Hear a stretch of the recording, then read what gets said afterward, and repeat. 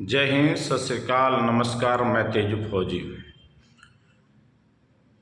एक पुत्र अपने पिता को होटल में ले जाता है खाना खिलाने के लिए, जो कि आज के जनरेशन में, नई पीढ़ी में ये बहुत असंभव नहीं है, असंभव सा लगता है।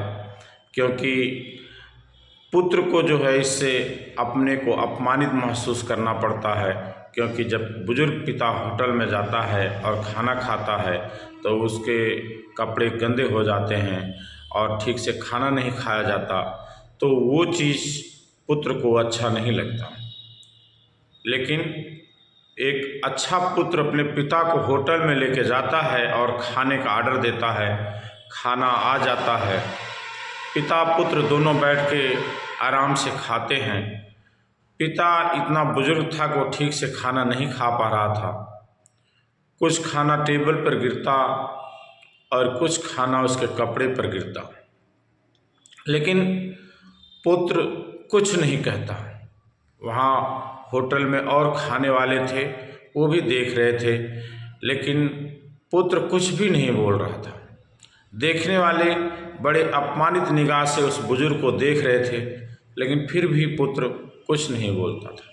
खाना खाने के बाद पुत्र पिता को लेकर वॉश बेसिन के पास जाता है। वॉश बेसिन में उसके कपड़े को, जो भोजन गिरा होता है, उस कपड़े पर भोजन गिरा होता है, उसको साफ़ करता है, मुंह साफ़ करता है और आराम से आकर बिल पेमेंट करता है। और बिल पेमेंट करने के बाद वो जाने लगता है। तभी एक बुजुर्ग ने रोका कि बेटा, तुम कुछ छोड़ के जा रहे हो।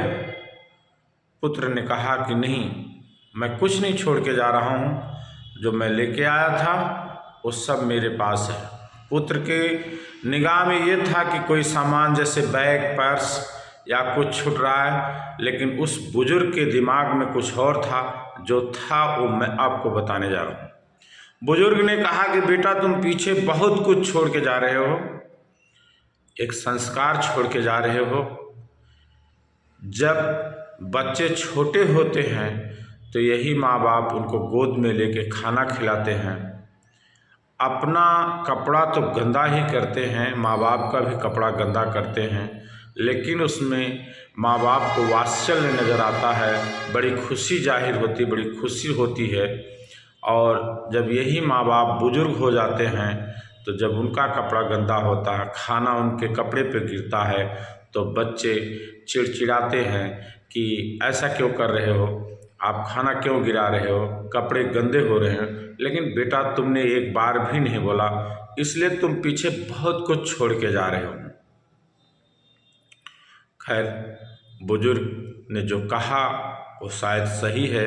नई पीढ़ी के लिए एक सीख मिल रही है, एक सीख लेनी भी चाहिए कि कभी भी माँ बाप को अपमानित नहीं करना चाहिए। जब उनके हाथ से खाना गिर रहा है तभी तो गिर रहा है, कोई जान के थोड़ी गिरा रहा है। लेकिन फिर भी उस पुत्र को बहुत बहुत धन्यवाद। मेरी आंखें भर आई हैं कि भगवान करें हर किसी को ऐसा ही पुत्र मिले। धन्यवाद। जय हिंद, जय भारत।